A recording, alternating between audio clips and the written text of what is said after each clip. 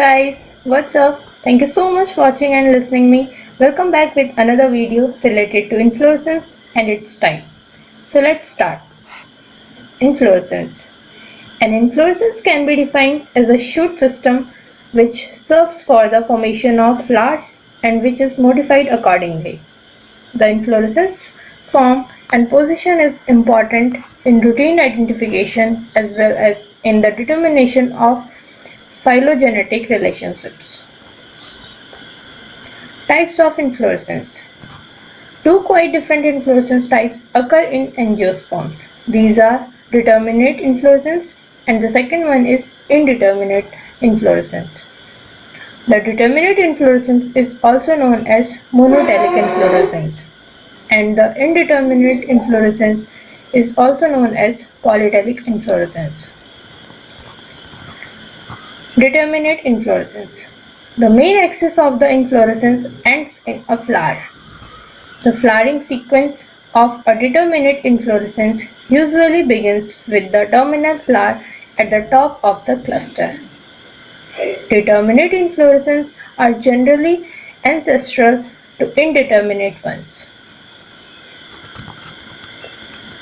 Indeterminate inflorescence. The growing point produces only lateral flowers or partial inflorescence groups of flowers. The flowering sequence usually starts at the base or outside of the cluster. It is generally seen in indeterminate inflorescence. Here is the diagrammatic representation of the types of inflorescence. The first one is the determinate type of inflorescence and the second one is indeterminate type of the inflorescence.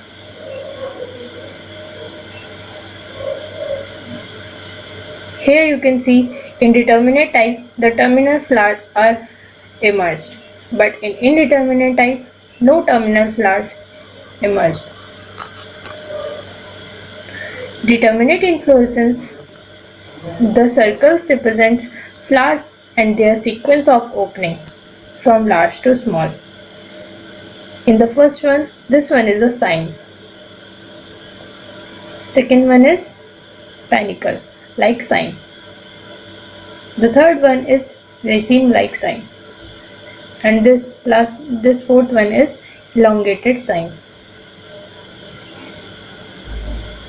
Next one is helicoid cyme. Then scorpioid cyme. This one is the head. And the last one is umbel.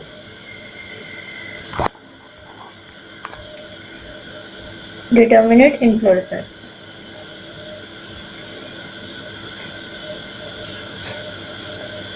Cymes are one of the most common types of determinate inflorescence. The lateral branches of cymes are composed of usually numerous 3-flowered units, usually showing opposite branching. Types of cymes. First one is cyme, which is determinate. Second one is panicle like cyme. Third one is raceme like cyme. The fourth one is elongated cyme. You can see the fifth one is helicoid shape. It is a helicoid cyme. Sixth one is scorpioid cyme. Seventh one is head, also known as capitulum. And the last one is umbel. Some common kind of indeterminate inflorescence. The circles indicates flowers. Their size indicates the sequence of opening from large to small. The first one is raceme. Second one is panicle, double raceme. Third one is indeterminate mixed inflorescence. This one is umbel and this one is the spike. Next one is head, then quarrym, then fascicle, and the last one is spadix. The space is also present.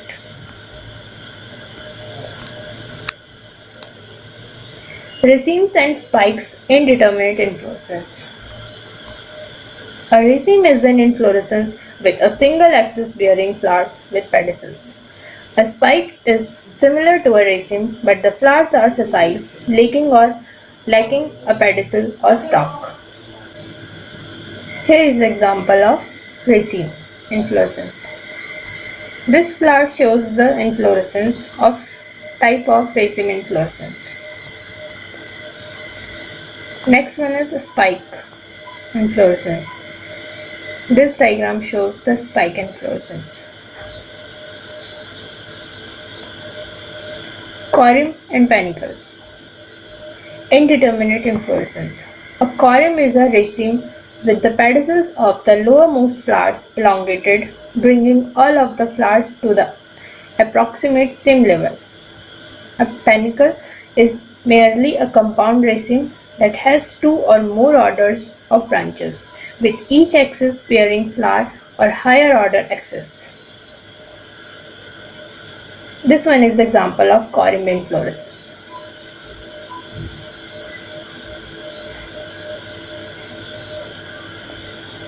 This one is the example of panicle inflorescence.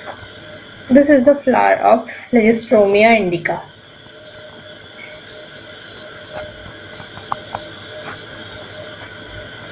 Head or capitulum. A head or capitulum is a dense terminal cluster of sessile flowers. In a determinate head, the central flowers open first. In an indeterminate head, the peripheral outermost flower open first. Then you can define who is the determinate and who is the indeterminate. This is the flower of Helianthus anus. Next one is the umbel inflorescence. An umbel is an inflorescence in which all of the flowers often have pedicels of approximately equal length that arise from a single region at the apex of the inflorescence axis. Umbels are determinate if the flowers open from the center first and then proceed to the periphery. Umbels are indeterminate if the flowers open from the periphery first and then proceed to the center.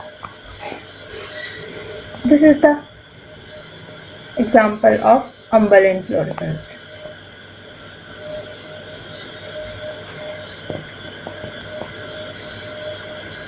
This is another example of umbel inflorescence.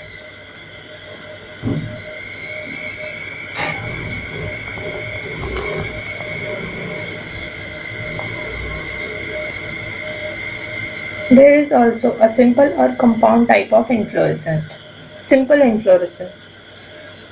Simple inflorescence have only a single axis, one order of branching, and the compound inflorescence have two or more orders of branching.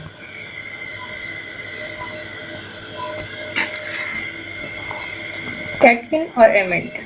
Any elongated inflorescence composed of numerous inconspicuous, usually wind-pollinated flowers below have catkins. Here you can see the catkin inflorescence.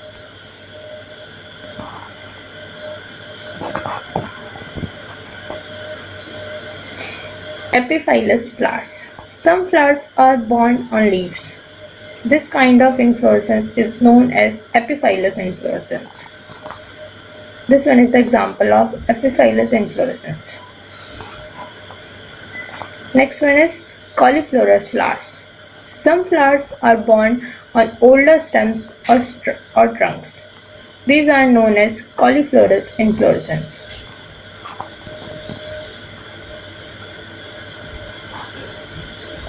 The last one is tendrils. Inflorescences are sometimes modified for climbing by becoming elongated and twinning or developing adhesive pads, thus forming tendrils. Like that.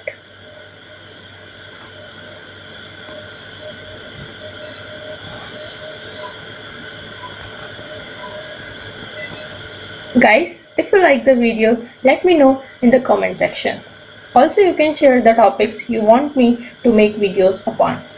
Give a big thumbs up and do not forget like my videos, subscribe my channel for some related more videos.